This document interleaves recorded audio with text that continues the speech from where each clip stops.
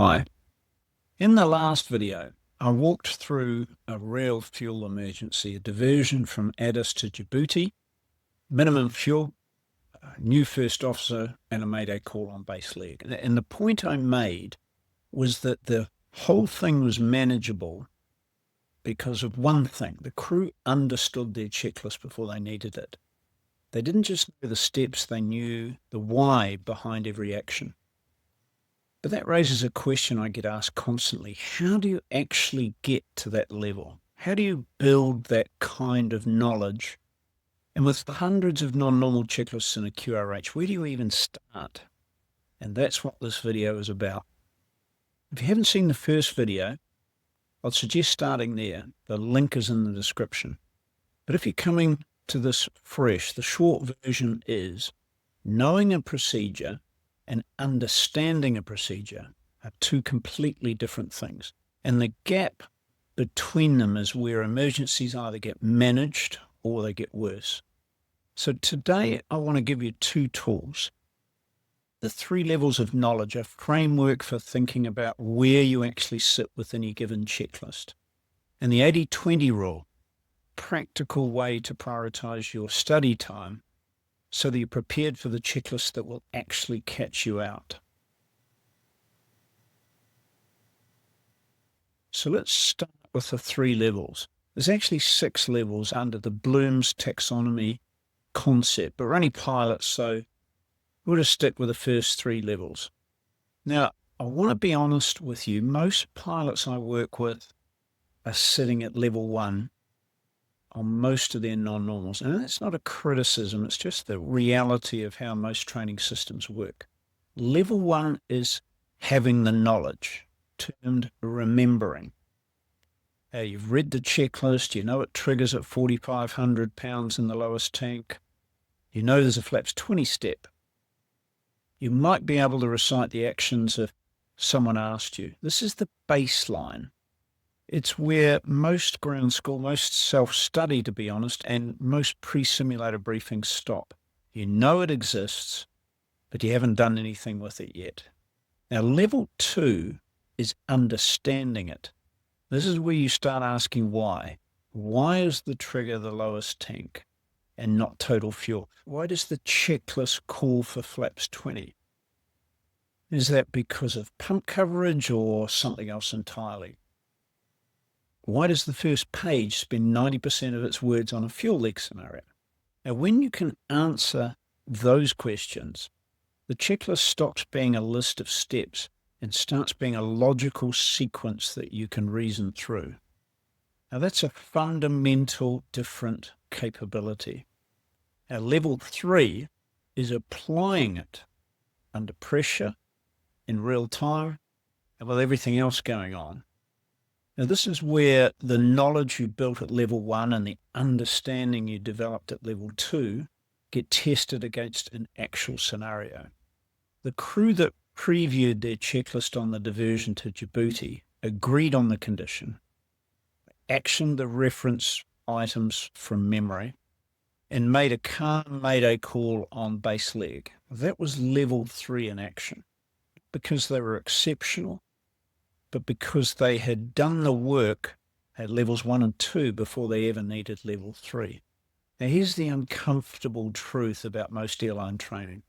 It assesses you at level 3 and assumes you arrived there on your own. So the structured pathway from 1 to 2 to 3, the deliberate understanding of why, the internalization before the pressure hits, that's largely left to the individual. And that gap is exactly where performance separates. So how do you prioritize? Because you can't go deep on every checklist. There are simply too many of them. And the honest reality is that for most of them, don't actually require it. Now, here's a rule I teach every new captain I work with. Roughly 80% of non-normal checklists are straightforward. Open them, you action 1 or 2 switches, and close the checklist. They're linear, they're clear. They don't require deep background knowledge to action safely. You can work through them methodically in the moment, and you'll be fine. Now, it's the other 20% that will lead you up the garden path if you go in cold. These are the checklists with embedded notes that change the workflow depending on your situation, complex condition statements that require interpretation, actions whose purpose isn't obvious from the step itself, decision points where the wrong choice made because you didn't understand what the checklist was trying to achieve actively makes the situation worse. Fuel quantity low is one of them. Fuel leak, smoke, fire and fumes, volcanic ash, among others. And there will be others on your type, no doubt.